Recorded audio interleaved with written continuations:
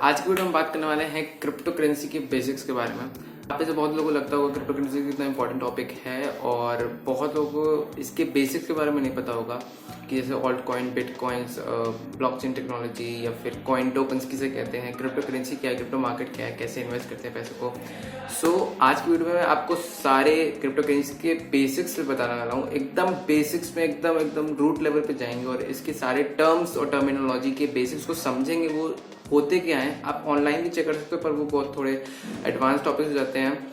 और अगर आपको क्रिप्टो करेंसी बहुत डिफिकल्ट लगता है, बहुत ही कॉम्प्लिकेटेड लगता है, तो ये वीडियो आपके लिए बहुत आसान कर देगा। तो आज इस वीडियो में मैं आपको सारे बेसिक्स बताने वाला हूँ, तो बने रहे इस वीडियो को, एंड तक देखिए इस वीडियो को। तो चलिए बिना किसी देरी के वीडियो को शुरू करते हैं। बात करते हैं पहले टर्मिनोलॉजी की। तो पहला टर्मिनोलॉजी है जिसे कहते हैं ऑल्ट कॉइन।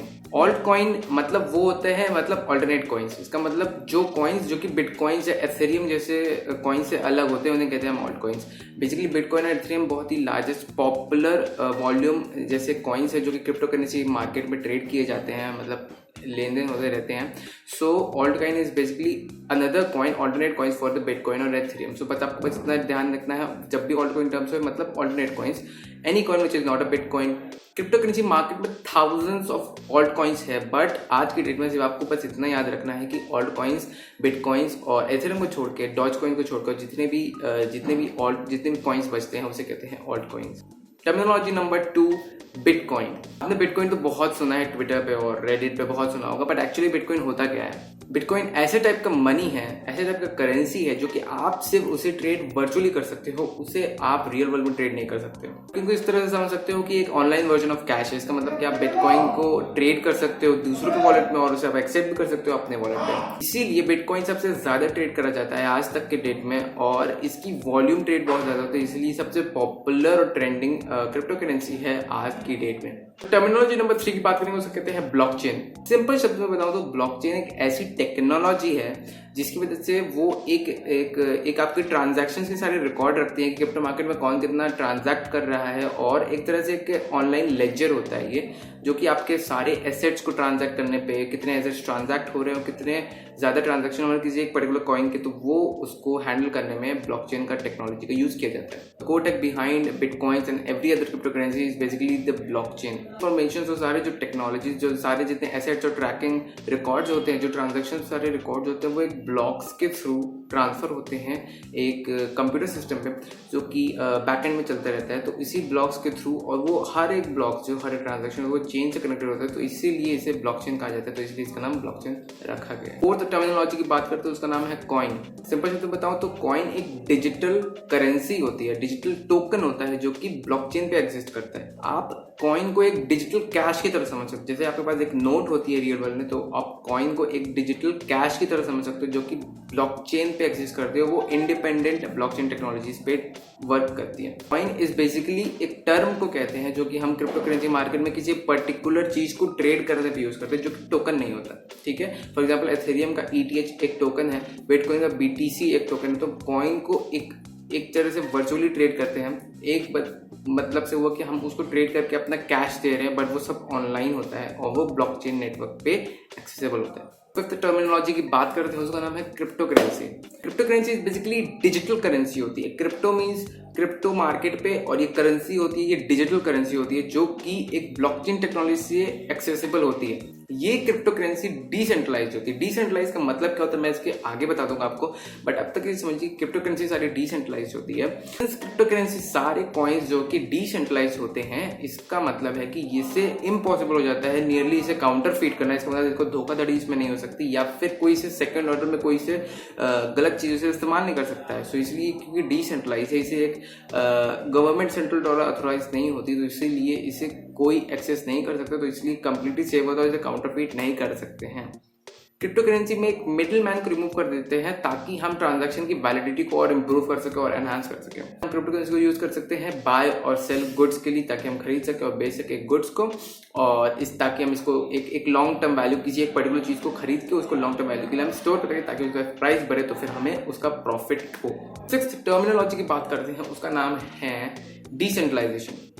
डिसेंट्रलाइजेशन मतलब होता है कि एक ऐसा टर्मिनोलॉजी, ऐसा टेक्नोलॉजी जिसमें कोई भी चीज एक सेंट्रल गवर्नमेंट द्वारा ऑथराइज्ड नहीं है। इसका मतलब है कि वो सब कुछ जो भी ट्रांजैक्शंस हो रहे क्रिप्टो करेंसी से सारे डिसेंट्रलाइज है। इसका मतलब है कि वो सारी चीजें पब्लिकली शेयर्ड होते हैं, पब्लिकली सीन होते हैं, हम सब उसे देख सकते हैं कितने ट्रांजैक्शंस हो रहे हैं, और वो सब ब्लॉकचेन टेक्नोलॉजी पे बेस्ड होते हैं। जैसे मैंने कहा ब्लॉकचेन से सब ब्लॉक्स में सारे ट्रांजैक्शन जाते हैं, सब डेटा जाते हैं, वो चेन से द्वारा लिंक किए जाते हैं। तो इसीलिए ये एक सेंट्रल गवर्नमेंट या फिर सेंट्रल अथॉरिटी द्वारा एक्सेसिबल नहीं होती है, पब्लिकली द्वारा एक्सेसिबल होती है, इसीलिए इसे कहते हैं डिसेंट्रलाइज्ड।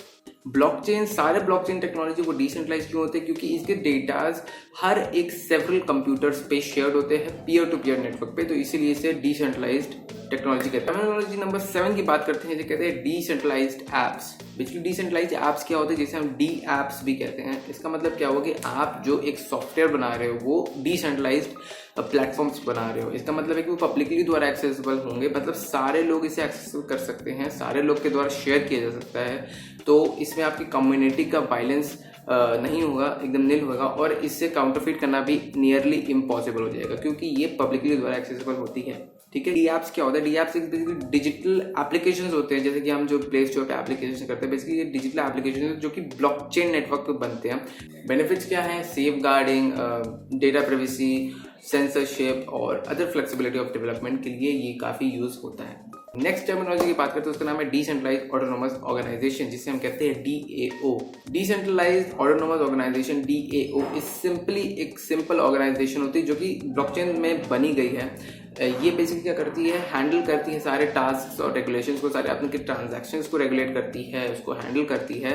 ब्लॉकचेन पे जितने भी ट्रांजैक्शंस होते हैं, ये एक्चुअली ये क्योंकि ब्लॉकचेन पे बना गया है ये ऑर्गेनाइजेशन, तो इसीलिए ये सेंट्रल गवर्नमेंट द्वारा या फिर कोई गवर्नमेंट द्वारा ऑथराइज नहीं होता है, और इसीलिए इसे शेयर होल्डर्स मतलब यूजर्स, जो हम लोग यूजर्स हैं, इसे हम लोग एक्सेसिबल कर सकते हैं, इसे यूज कर सकते हैं इस ऑर्गेनाइजेशन को, ताकि हम लोग सारे डेटा से उसको ट्रांसपोर्ट कर सकें। तो नेक्स्ट टर्मिनोलॉजी की बात करते हैं, उसका नाम है डिस्ट्रीब्यूटेड लेजर।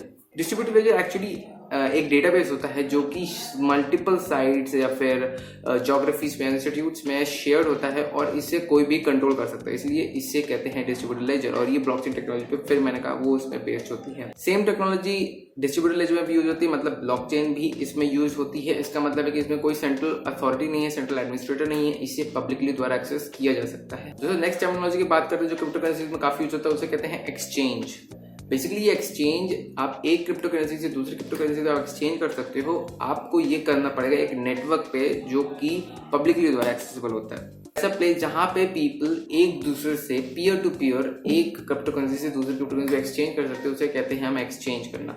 जो नेटवर्क्स पे जहाँ पे एक्सचेंज होता है वो सारे नेटवर्क सेंट्रलाइज होते हैं। इसका मतलब अब यहाँ पे ये ब्लॉकचेन पे नहीं काम करता है एक्सचेंज, मतलब ये जो नेटवर्क्स होते हैं सेंट्रलाइज होते हैं। इसका मतलब कोई एक अथॉरिटी है जो कि इसको पूरा कंट्रोल करती है, इसलिए इसको सेंट्रलाइज कहते हैं। अब ये नेटवर्क्स कैसे होते हैं? फॉर एग्जांपल कॉइनबेस, बाइनेंस या फिर जेमिनी, ऐसे रॉबिनहुड या फिर ऐसे नेटवर्क्स, मार्केट प्लेस होते हैं जहाँ पे आप क्रिप्टो करेंसीज को एक्सचेंज कर सकते हैं एक क्रिप्टो करेंसी से दूसरे क्रिप्टो करेंसी से। फॉर एग्जांपल इंडिया में बात करें तो WazirX है, वहाँ पे आप एक क्रिप्टो करेंसी से दूसरे क्रिप्टो करेंसी में ट्रेड कर सकते हैं। सो इसे कहते हैं एक्सचेंज, और ये सारे नेटवर्क्स या फिर मार्केट प्लेस का ये पूरे सेंट्रलाइज होते हैं। नेक्स्ट टर्मिनोलॉजी की बात करूँ जो बहुत इंपॉर्टेंट है क्रिप्टो करेंसी में, उसे कहते हैं एथेरियम। एथेरियम बेसिकली एक ओपन सॉफ्टवेयर प्लेटफॉर्म है जहाँ पे यूजर्स अपने डिसेंट्रलाइज्ड एप्लीकेशंस बना सकते हैं। यहाँ पे यूजर्स अपने बहुत तरीके के wide range of decentralised applications बना सकते हैं, और सॉफ्टवेयर एप्लीकेशंस भी बना सकते हैं। फॉर एग्जांपल NFT, जिसके मैं आगे बात करूंगा, टोकन्स, मैं उसके बारे में भी आगे बात करूंगा।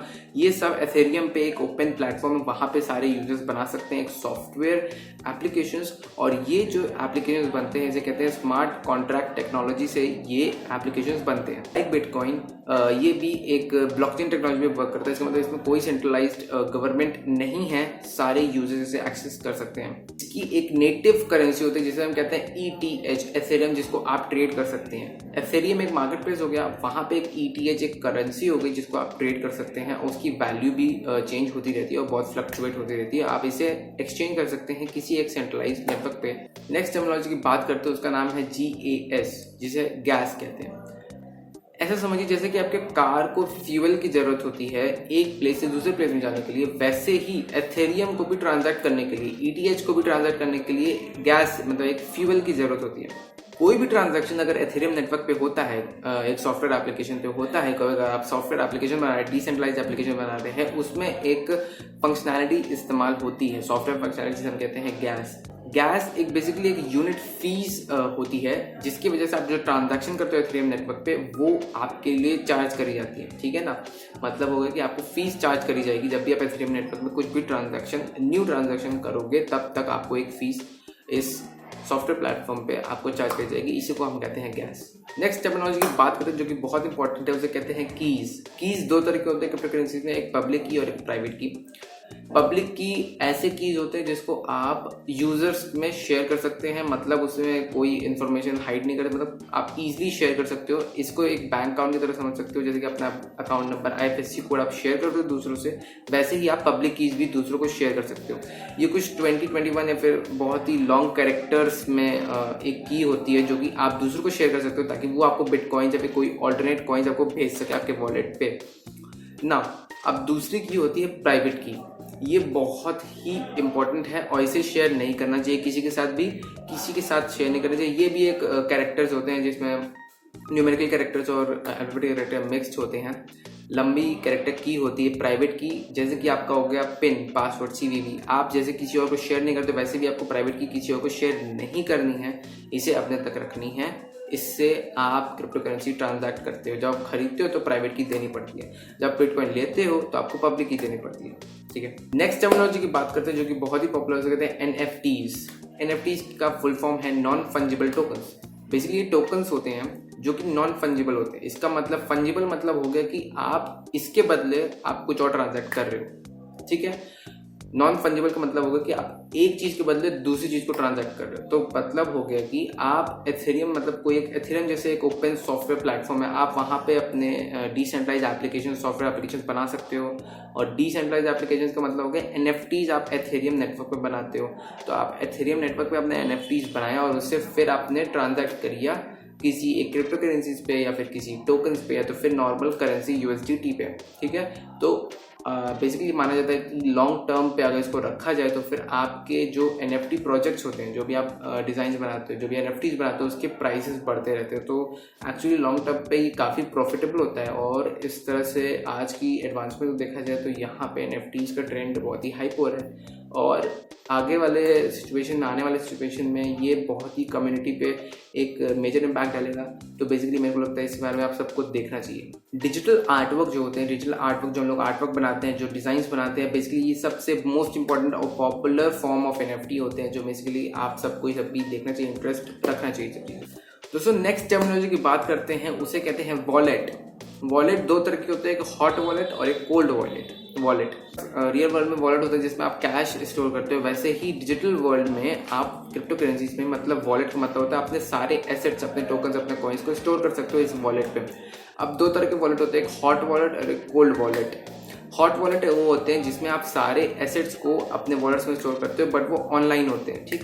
और कोल्ड वॉलेट्स वो होते हैं जिसमें आप सारे एसेट्स, अपने ट्रांजैक्शन को स्टोर करते हो, बट वो ऑफलाइन एनवायरनमेंट में स्टोर होते हैं। तो आशा करता हूँ आपको वीडियो बहुत ही अच्छी लगी होगी। तो ये था क्रिप्टो करेंसी के बेसिक्स और मैंने आपको एकदम डीप लेवल में बताए हैं, एकदम रूटेड लेवल पे सबको बताए हैं कि बेसिक्स होते क्या हैं। सो आपको मैं होप करता हूँ कि आपको ये जो वीडियो होगी बहुत वैल्यूबल लगी। सो मिलते हैं नेक्स्ट वीडियो पे इसी तरह। तब तक के लिए गुड बाय, सी यू।